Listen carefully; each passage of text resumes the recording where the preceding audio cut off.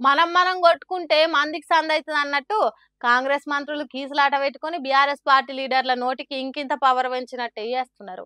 Congress party వాళ్ళ కయ్యాలను RS Praveen Kumar ఉతికి ఆరేస్తున్నారు. కేవలం కాంట్రాక్ట్ల కోసం, కమిషన్ల కోసం, కాంట్రాక్టర్లకు రిలీజ్ చేయాల్సిన బిల్లులో 12% వాటా, 20% వాటా ఏదైతుందో ఆ వాటాల కోసం మంత్రులందరూ కూడా బహిరంగ కొట్లాడుకుంటున్నారు.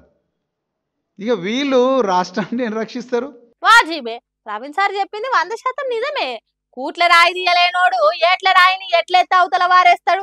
వాళ్ళ వాటల విషయంలోనే పోటీలు పెట్టుకొని కొట్టుకునేటోళ్ళు ఇక తెలంగాణను తెల్లగా చేస్తారా? కేసీఆర్ సార్ చేసిన అభివృద్ధిని చెడగొట్టకుంటే అదే మహాభాగ్యం. అట్లున్నది కాంగ్రెస్ పార్టీల పరిపాలన అన్నట్టు చెవులు విండి చేతులు పెట్టినంత పనిచేసిండు. ఇలా అడ్లూరి లక్ష్మణ్ కుమార్ మంత్రి గారు, పొన్నం ప్రభాకర్ గారు వాళ్ళు కొట్లాడుకుంటున్నారు. అడ్లూరి లక్ష్మణ్ కుమారు, వివేకానంద్ వీళ్ళిద్దరు కొట్లాడుకుంటున్నారు. పొంగులేటి శ్రీనివాసరెడ్డి, వరంగల్లో ఉండే మంత్రి కొండా సురేఖ వాళ్ళు కొట్లాడుకుంటున్నారు. సీతక్క నియోజకవర్గంలో పొంగులేటికి ఏం పని అని సీతక్క మనుషులు అంటారు. వీళ్ళిద్దరు ఉన్నారా, మరి నేనెందుకు లేనని చెప్పేసి కొండా సురేఖ అంటారు. అంటే ఇదంతా కూడా కమిషన్ల కోసం, మీదంతా కాదు, ఇదంతా రాజ్యం నాది, నేనే మొత్తం తీసుకుంటా అని రేవంత్ రెడ్డి అంటా ఉన్నాడు. బాలే ఉన్నది భాగాలు పంచుకునే పోరాటం. ఆటల పోటీలలో డ్రా తీసి ఫలానా జట్టు ఫలానా టీంతో ఆడాలి, ఏ గ్రూప్ డి గ్రూప్ తో ఆడాలని డ్రా తీసి చెప్పినట్టు కాంగ్రెస్ మంత్రులు కొట్లాటలు ఉన్నాయట.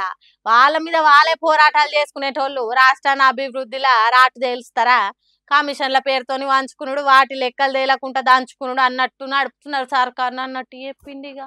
ఈనాడు పేపర్లో ఒక డీసీపీ, తర్వాత ఇంకొక అగ్రనాయకుడు ఈ ముగ్గురు కలిసి పెద్ద ఎత్తున రియల్ ఎస్టేట్ దందా జరుపుతున్నారు. ఈనాడు దినపత్రికలో ఓపెన్గా వచ్చినా కూడా ఇంతవరకు ఆ డీసీపీలను ట్రాన్స్ఫర్ చేయలేదు.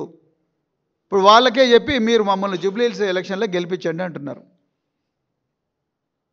ఇంత దారుణం జరుగుతూ ఉన్నది గవర్నమెంట్లో. ఒక్కరు కూడా పాలన మీద దృష్టి సారిస్తలేరు. ఎట్లా సాధిస్తారు సారు? వాళ్ళకి పైసల మీద ఉన్న శ్రద్ధ పాలన మీద లేదు. అందుకే 10 ఏళ్ళు కేసీఆర్ చేసిన అభివృద్ధి కాంగ్రెస్ పార్టీల 15 ఏళ్ళ వెనుకకు పోయింది అన్నట్టు జనం మాట్లాడుకుంటున్నారు. ఇంత చక్కని పరిపాలన చేస్తున్నందుకే అటు ఊర్లల్లో ఇటు పట్నంలో జనం మస్తు మెచ్చుకుంటున్నారు. ముక్క కూర అనగానే ముక్కు కోసుకునేంత పాయరం ఉన్నోళ్లకు ఒకటి తీయటి ముచ్చట, ఇంకోటి షేరు ముచ్చట చెప్తున్నది ఆంధ్ర సర్కారు. చికెన్ షాపులకు లైసెన్స్ విధానం తీసుకొచ్చి ఫ్రెష్ చికెన్, స్టెరాయిడ్ సూదులేయని చికెన్, తాజా మాంసం కస్టమర్లకు దొరికేటట్టు చేసే తీయటి ముచ్చటోటి చెప్పింది. ఇక షేదు వాడితే ఏంటిదంటే ఇవన్నీ వేస్తే కాసింత చికెన్ రేట్లు పెరిగే ఛాన్స్ ఉంటుంది కావచ్చు. దాంతో వారానికి 3 సార్లు వండుకునేటోళ్ళు 2 సార్లనే ఫ్రైలు చేసుకుంటారు కావచ్చు. కొన్ని దిక్కులలో ఎవరు పడతారు చికెన్ షాపులు పెట్టి నిన్న మొన్నటి చికెన్ అమ్ముడు చేసుకుంటున్నారు కదా. హాగో ఆ సొంటోళ్లను కంట్రోల్ చేసేదానికి సర్కార్ లైసెన్స్ తీసుకుంటేనే షాప్ నడవనిస్తారట. దాంతో ఏ కోళ్ళ ఫారం నుంచి ఎన్ని కోళ్ళు ఏ షాపుకు పోతున్నాయి, ఎంత అమ్మకం జరుగుతున్నది, తొందరగా కోళ్ళు పెరిగేటందుకు అడ్డమైన సూదులు వేసే ఫారాలు ఎవరు నడుపుతున్నారు, వాళ్ళ మీద ఎసొంటి చర్యలు తీసుకోవాలనే రూల్స్ చేస్తున్నారట. ముక్కు కాడ పెట్టుకున్న వాసన వచ్చే ముక్క కూర అమ్మే షాపుల మీద కేసులు పెట్టుడు అంటే కోడిపిల్ల కాడ నుంచి కొట్టు దాటేదాకా మొత్తం సర్కార్ కంట్రోల్ ఉండేటట్టు చేస్తున్నారట. అట్లనే హోటళ్లకు ఎన్ని కోళ్ళు అమ్ముతున్నారు, ఎంత వండుతున్నారు, ఎంత నిల్వ చేస్తున్నారు, నిన్న మొన్నటిది ఏమన్నా వండుతున్నారా అనేది మొత్తం ట్రాక్ చేస్తారట. అదొక్కటే కాదు, కోళ్ళు పోసిన శతశదారాన్ని చేపలకు దాన తీరుగా వాడకుండా చర్యలు తీసుకుంటారట. మరి ఇవన్నీ వేస్తే సర్కార్కు పైకం కట్టాలి కదా చికెన్ షాప్ వాళ్ళు.